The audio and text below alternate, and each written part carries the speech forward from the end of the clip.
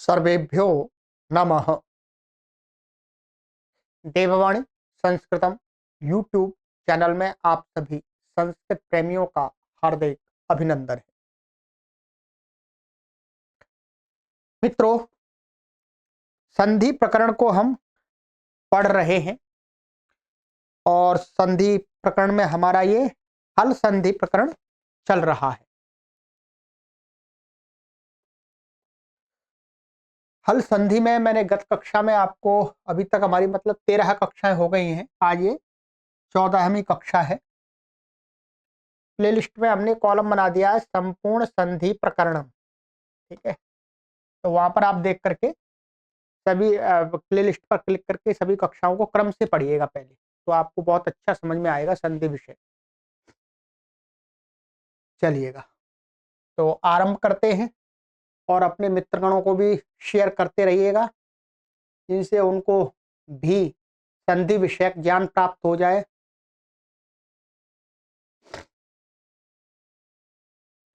गत कक्षा में हमने अणत्व संधि के विषय पर बात की थी। उसमें ये 3 सूत्र लगाए थे, ठीक है। रसाभ्याम नोणः समानपदे अट कुप्वांग नुम व्यवायवेपि और रिवर्णान नस्य अणत्वम वाच्यम, ठीक है। अणत्व संधि हो गई।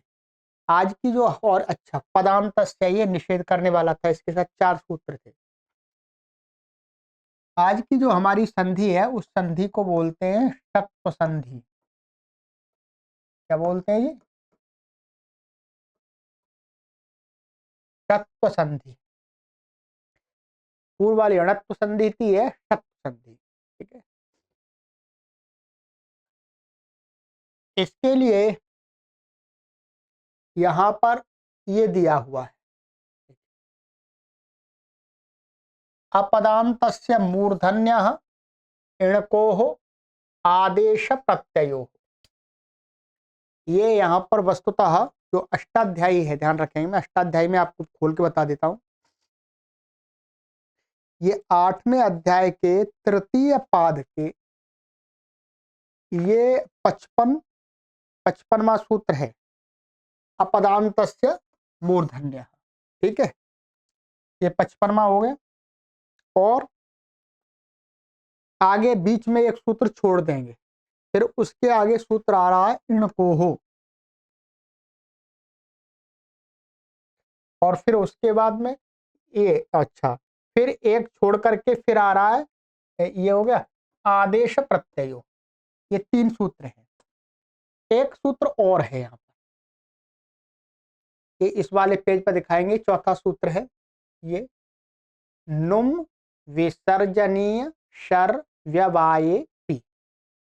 ये 58वां है। ये 4 सूत्र है मुख्य रूप से यहाँ पर जो पढ़ेंगे उस संधि के 4 सूत्र हैं। ये 4 सूत्र हमें षत्व संधि के विषय में पूरा बता देंगे, ठीक है। आइएगा अब क्रमशः पढ़ लेते हैं। यहाँ पर सूत्र में देखेंगे ये कहा है अपदान्तस्य मूर्धन्य। यहाँ मूर्धन्य का वास्तव में अर्थ हमें षत्व संधि के विषय में ये करना है। श मूर्धन्य तो और भी होते हैं वर्ण, ट वर्ग मूर्धन्य, रिवर्ण मूर्धन्य, परंतु अब यह षत्व संधि में हमें केवल मूर्धन्य श लेना है, ठीक है। और ये क्या लिखा हुआ है? अपदान्तस्य। पदांत का आपको बता दिया था कि जो शब्द रूप होते हैं, धातु रूप होते हैं, उनका पूरा जो होता है पद होता है। तो अपदान्तस्य माने मना कर दिया, पद के अंत में नहीं होगा। जो ये शब्द करने जा रहे हैं, जिसको करने जा रहे हैं, जिस वर्ण को, वो पद के शब्द के शब्द माने जो शब्द रूप है उसके अंत में नहीं होना चाहिए, ठीक है।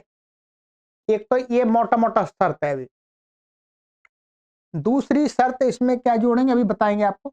इणकोः, जो वस्तुतः ये यहाँ पर अपदान्तस्य सा ऐसा है, माने जो शब्द के बीच में पद के मध्य में ये वाला जो सा होगा उसको ये वाला होता है, परंतु ये जो सा है ये इससे पूर्व में क्या होना चाहिए, इण।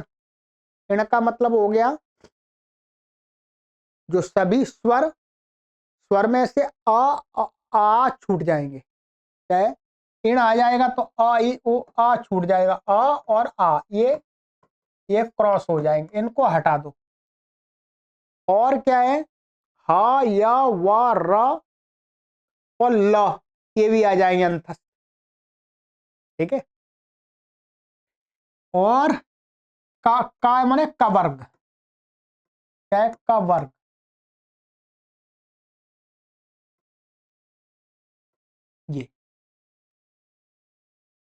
ये का वर्ग। ठीक है। तो का वर्ग में क ख ग घ घ, तो कोई भी इण इण प्रत्याहार माने स्वर आ को छोड़ करके कोई भी स्वर हो, अथवा ह या व र ल इनमें से कोई वर्ण हो, अथवा क वर्ग का कोई अक्षर हो, वो इस स से पूर्व में होना चाहिए। ठीक है। तो क्या हो जाएगा, इस स को ऐसा श हो जाएगा। अभी मोटा मोटा समझा रहा हूं सूत्र में, फिर अभी मैं बताऊंगा। और ये कहते हैं ये स किसका होना चाहिए, ये इस स के साथ जोड़ा, ये वाला सूत्र आदेश प्रत्ययो, ये तीनों सूत्र मिलकर के अर्थ करेंगे कि ये वाला जो सा है, दंत स बोलते हैं इसको, ये या तो किसी दूसरे वर्ण के स्थान में हुआ हो व्याकरण के नियम से, अथवा प्रत्यय प्रत्यय का स हो, प्रत्यय में स आता है ना, वो प्रत्यय का स हो, अथवा किसी दूसरे वर्ण के स्थान पर आया हुआ स हो, उसको मूर्धन्य होता है। ठीक है, ये मैंने सूत्र में समझा दिया, आगे वाला सूत्र बाद में समझेंगे। ठीक है। अब इन्होंने इसकी हिंदी लिखी है, आइएगा अब हिंदी के अनुसार चल लेते हैं। 24, यदि इण अर्थात आ को छोड़कर, ठीक है, यही मैंने बताया, किसी स्वर अथवा अंतस्थ वर्ण, वही हो गए वर्ण जो बताए मैंने, अंतस्थ वर्ण, और ये हा, ठीक, हा उसी में अंतस्थ हा, उसमें मैंने जोड़ दिया, हा माने ये वास्तव में ह क्या है, ह तो ऊष्म है, तो इसलिए प्रत्याहार में तो ह भी आता है, ह ही आता, ह या व, तो वो चार वर्ण है, या व र ल, ये तो अंतस्थ है, और ह और जोड़ दिया। ठीक है, ह भी आ रहा है इनमें। अथवा क वर्ग के बाद माने क वर्ग क ख ग घ ङ, इनमें से ये वर्ण हो के बाद कोई प्रत्यय संबंधी स, प्रत्यय का स अभी बता देंगे, जैसे प्रत्यय का स हो, अथवा या किसी दूसरे वर्ण के स्थान पर, माने कोई दूसरा वर्ण है, कोई वर्ण निश्चित है, उसके स्थान पर सूत्र से स आदेश हुआ, दंत स के स्थान में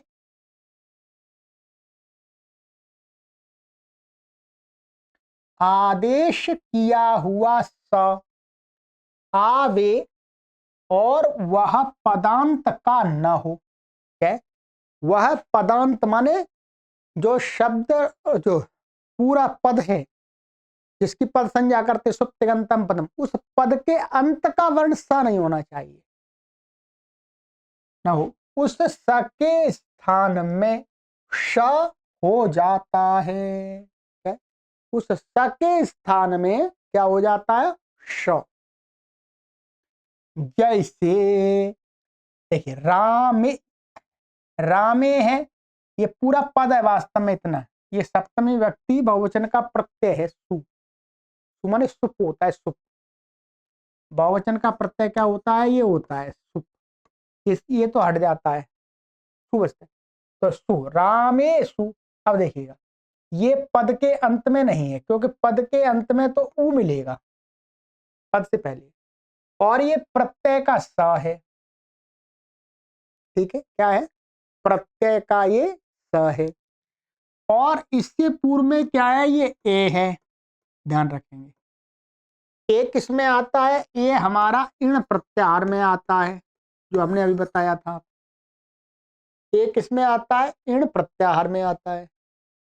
तो इसलिए इस ए से उत्तर प्रत्यय के सकार को अपदांत में वर्तमान है, तो इसको क्या मूर्धन्य माने श हो गया, ये क्या हो जाएगा इसको, तो क्या बन जाएगा, रामेशु।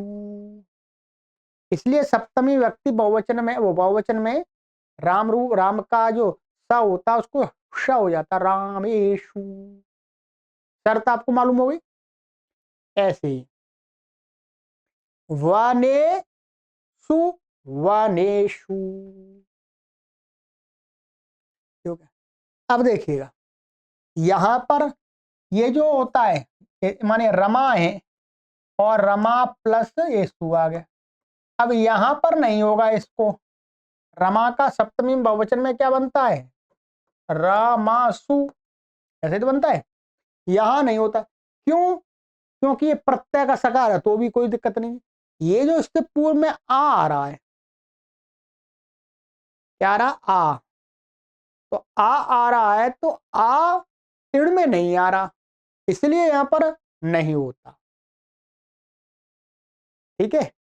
अब अनुवाद पढ़ाते समय तो हम आपको ये नियम नहीं बता सकते थे, परंतु अब आप समझ सकते हैं कि कहां कहां शब्द रूपों में स को श हो जाता है और कहां नहीं होता। इसी प्रकार से देखिएगा, ए शाम, ये प्रत्यय का सकार षष्ठी बहुवचन का है, इदम शब्द का है, ये हो जाता है ए शाम, इण में आ गया। ठीक है, ये प्रत्यय का स है।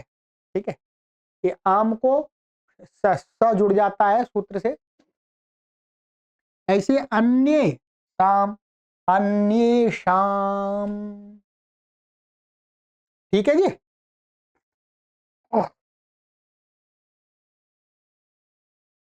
ये हो गया। और इसी प्रकार से और भी देखिएगा, इसी प्रकार मतिषु, ये मति शब्द है यहाँ पर वास्तव में ऐसा, और ये सप्तमी का बहुवचन है, ये भी इण में आ गया, तो इसको शवत। नदीषु, ऐसे धेनुषु, यहाँ पर उ आ रहा, ये ई आ रहा है, यहाँ पर उ आ रहा है, तो उ भी इण में आता है। वधूषु, धात्रेषु, री आ गया। ठीक है, गोषु ओ आ गया, ग्लौषु आदि जानना चाहिए।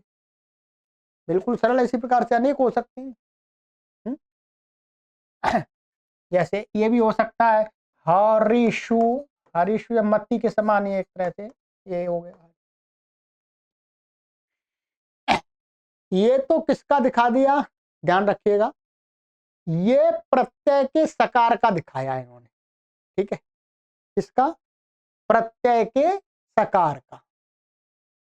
अब अच्छा, अभी और इन्होंने नहीं दिखाया, मैं बता दूं।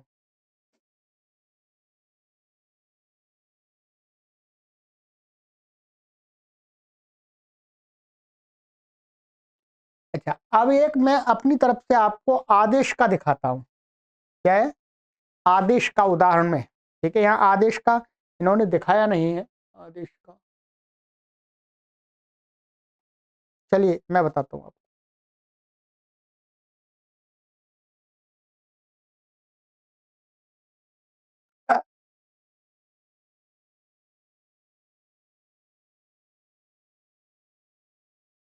आदेश का थोड़ा कठिन होता है ना, इसलिए आ, कठिन कठिन कठिन आदेश का आपको संधि में इन्होंने दिखाने का कोई प्रयास, चलिए आपको समझ में आ जाए तो ठीक है, नहीं तो कोई बात नहीं। ये प्रत्यय का सकारी हमें अधिकतर मिलता है। ठीक है, जैसे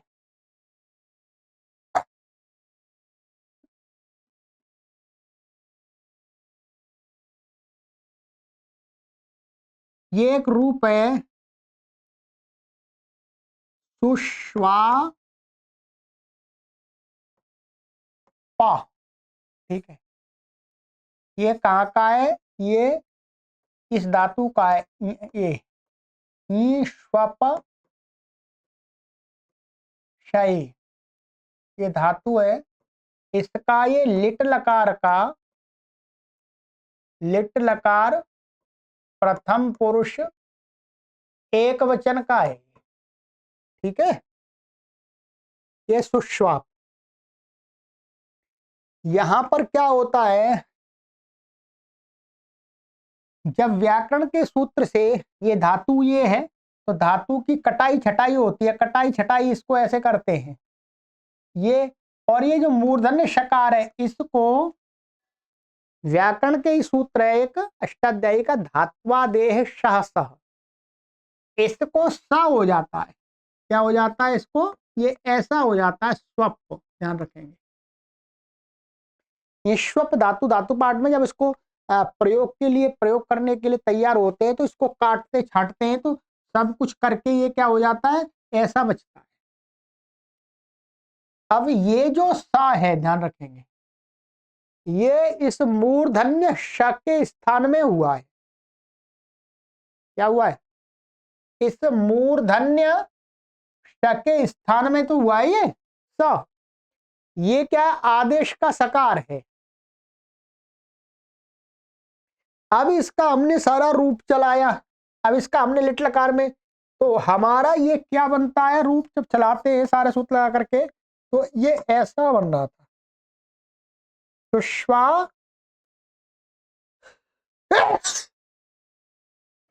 ये। ठीक है, अणल प्रत्यय आदि सब जोड़ दिया। अब ये जो सा है, क्या है, ये सा आदेश का सा है, माने इसको हुआ था ये।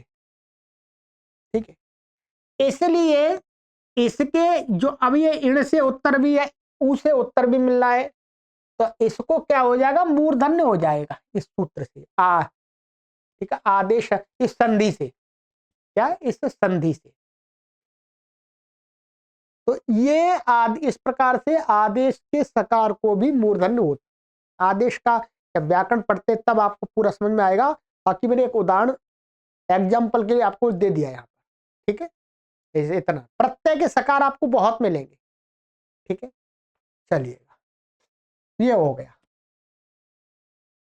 अब आइएगा आगे।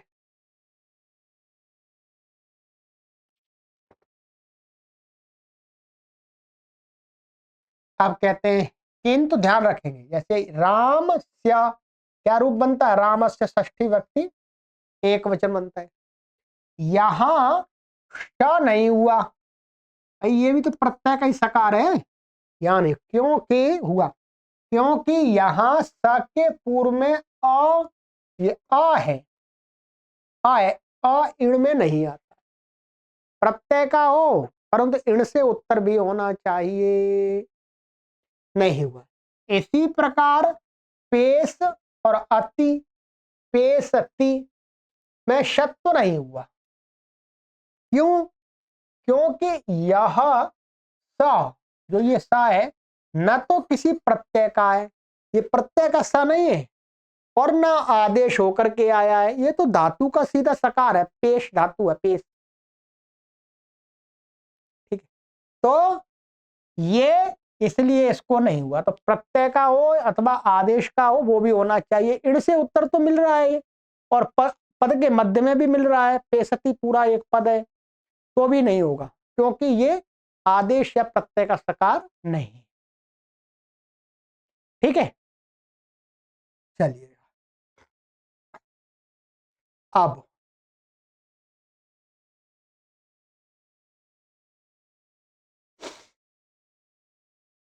अब इसमें और ध्यान है, यदि स पद के अंत में हो, ध्यान रखेंगे, यदि ये स पद के अंत में हो तो शब्द विधान न होगा, तो भी श नहीं होगा, क्योंकि वहां अपदांत से कहा है ना। क्या कहा है, अपदांत।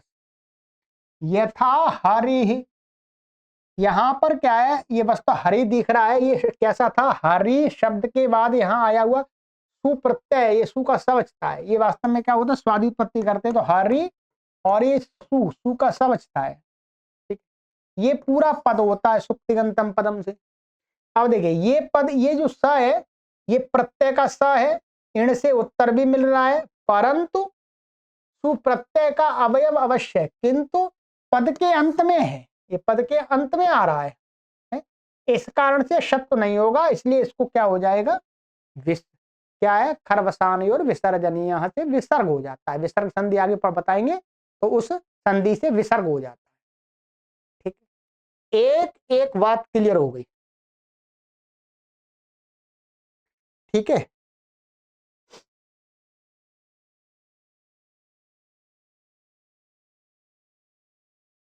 अब यहां पर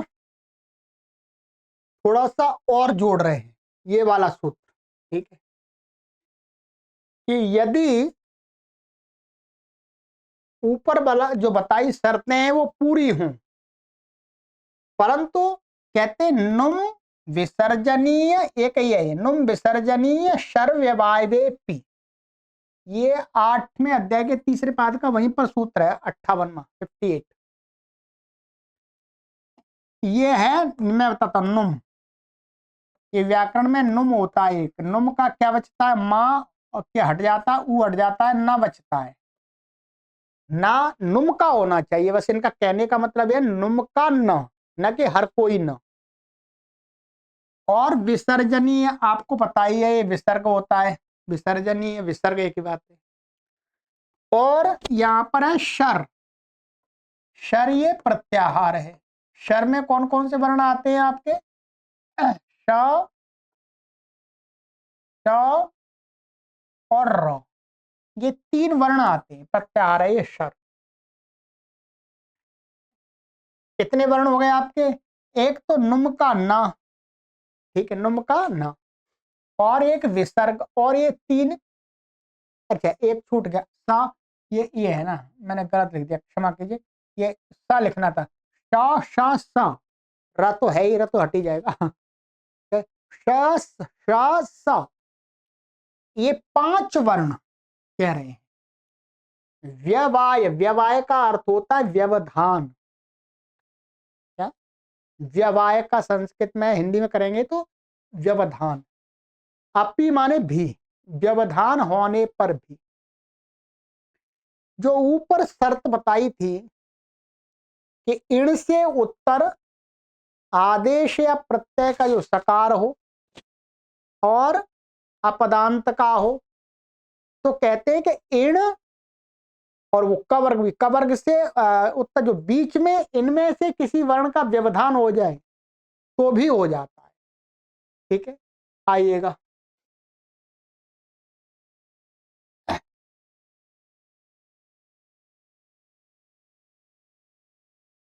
ऊपर वर्णित वर्णों में से यदि कोई वर्ण, ठीक है, सा के ठीक पहले न हो, किंतु अनुस्वार, ये अनुस्वार न कोई कह रहे हैं, न के स्थान में अनुस्वार, एक तो नुम का न, और फिर उस नुम के न को अनुस्वार भी हो जाता है, जो हमने बताया नश्चा पदांतस्य झली, पिछली से पिछली संधि में बताया था। ठीक है, तो अनुस्वारता न के स्थान में आया हुआ, और विसर्ग ये बता दिया था आपको, सा शा श स में से कोई वर्ण, सा और पूर्व वर्णित वर्ण, पूर्व वर्णित वर्ण क्या है, इण माने इण, इण प्रत्याहार के वर्ण और कवर्ग के वर्ण, इनके बीच में आ जाए तब भी शत्व विधि होगी, माने सा को श हो जाएगा। बाकी सारी शर्त घट रही हो, परंतु माने इण और कवर्ग के बाद स से पहले इनमें से कोई वर्ण आ जाए, या 2 आ जाए या 1 आ जाए, तो भी शत्व हो जाएगा, क्योंकि ऊपर वाला जो कहा था वो एकदम व्यवधान रहित कहा था। ठीक है, जैसे यहां उदाहरण के लिए दिखाएंगे आपको,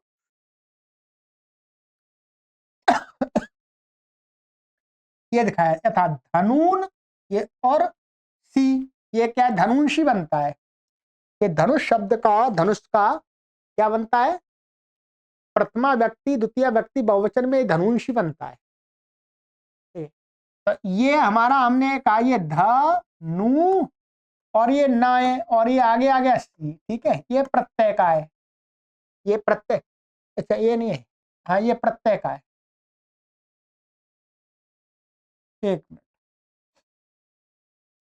ये वस्तुतः ऐसा है, ये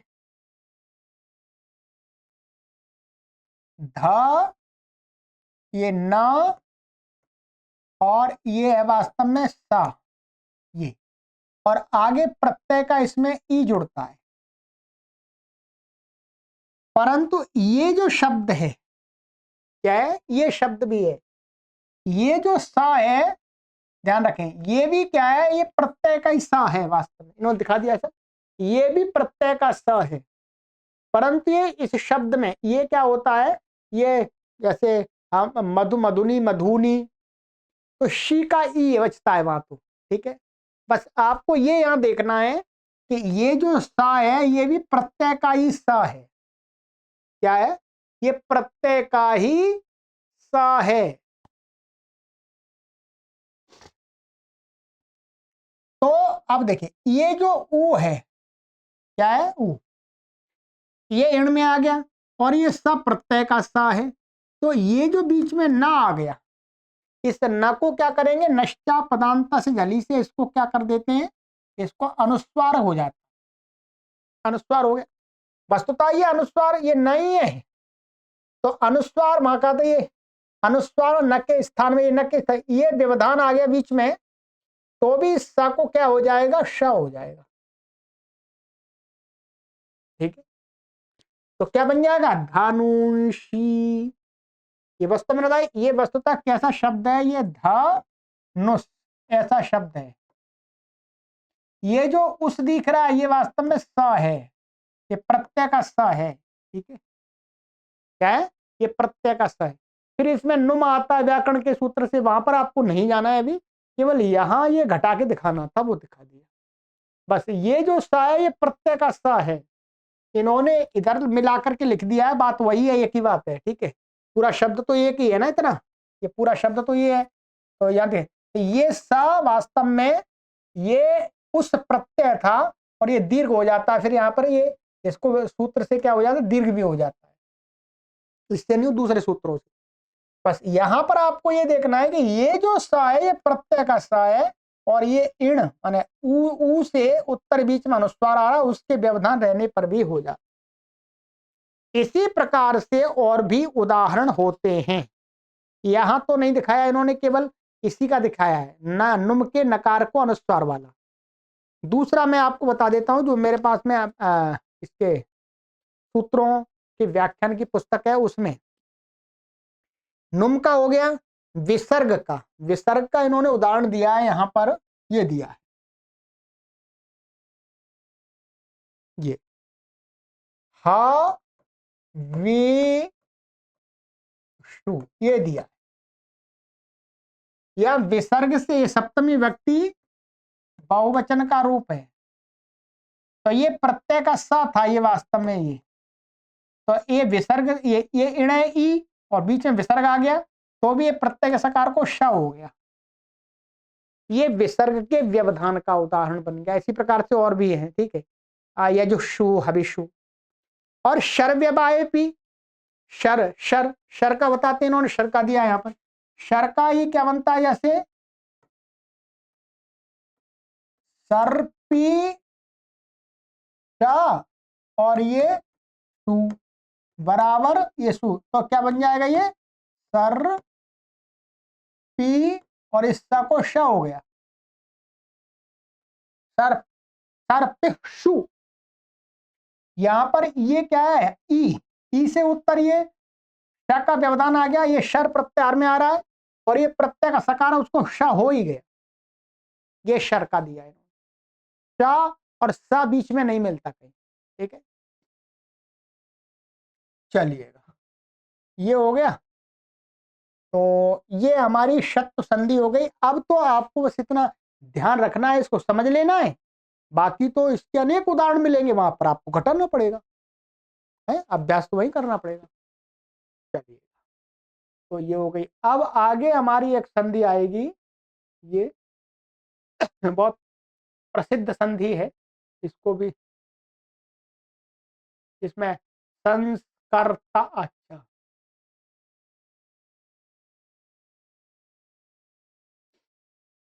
चलिए इसको मैं आ, अगली कक्षा में बताऊंगा। ठीक है, अगली कक्षा में बताएंगे इसको। चलिए, अपने मित्रों तक शेयर करते रहिएगा, और आप क्या पढ़ना चाहते हैं और इस चैनल के माध्यम से संस्कृत के हमारे पाठक, वो हमें कमेंट के माध्यम से अवश्य लिखा करें। ठीक, क्योंकि हम तो ये शास्त्रीय यहाँ पर अध्ययन करा रहे हैं, परंतु यदि आपके छोटे छोटे प्रकरण संबंधी बिंदु होंगे, उन पर भी हम कक्षा आरंभ करते रहेंगे, आप उनका लाभ लेते रहिए।